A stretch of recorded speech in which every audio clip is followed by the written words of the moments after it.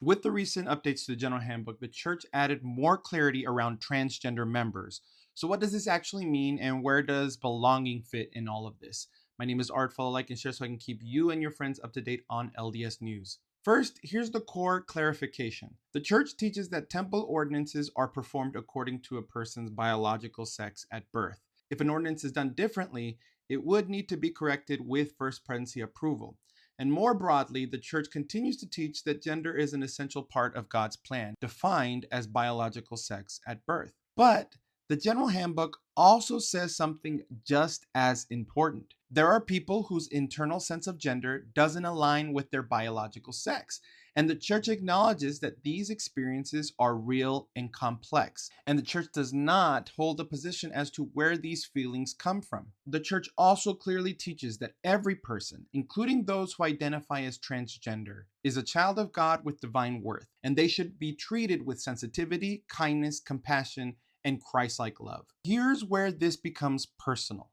Trans individuals are still welcome at church. They can attend meetings, participate in many aspects of church life, serve others, and be part of the community. Yes, there are some policy boundaries around ordinances and certain roles, but that's between these individuals, their ecclesiastical leader, and the Lord. It has nothing to do with you, and it has nothing to do with me. Their belonging in the church is not conditional on our opinions. It is rooted in love, relationships, and walking with each other. Our job is not to say who belongs, but to create a safe space where people can try to figure out themselves, with the help of the Lord, how they belong or in what way they belong. And as members, this is a real moment to ask, are we creating spaces where people actually feel seen? Or are we just creating spaces where they're allowed to sit? Are we creating safe spaces where people can sit within the paradox and the complexity of living in this world? Or do we want them to just sit in the back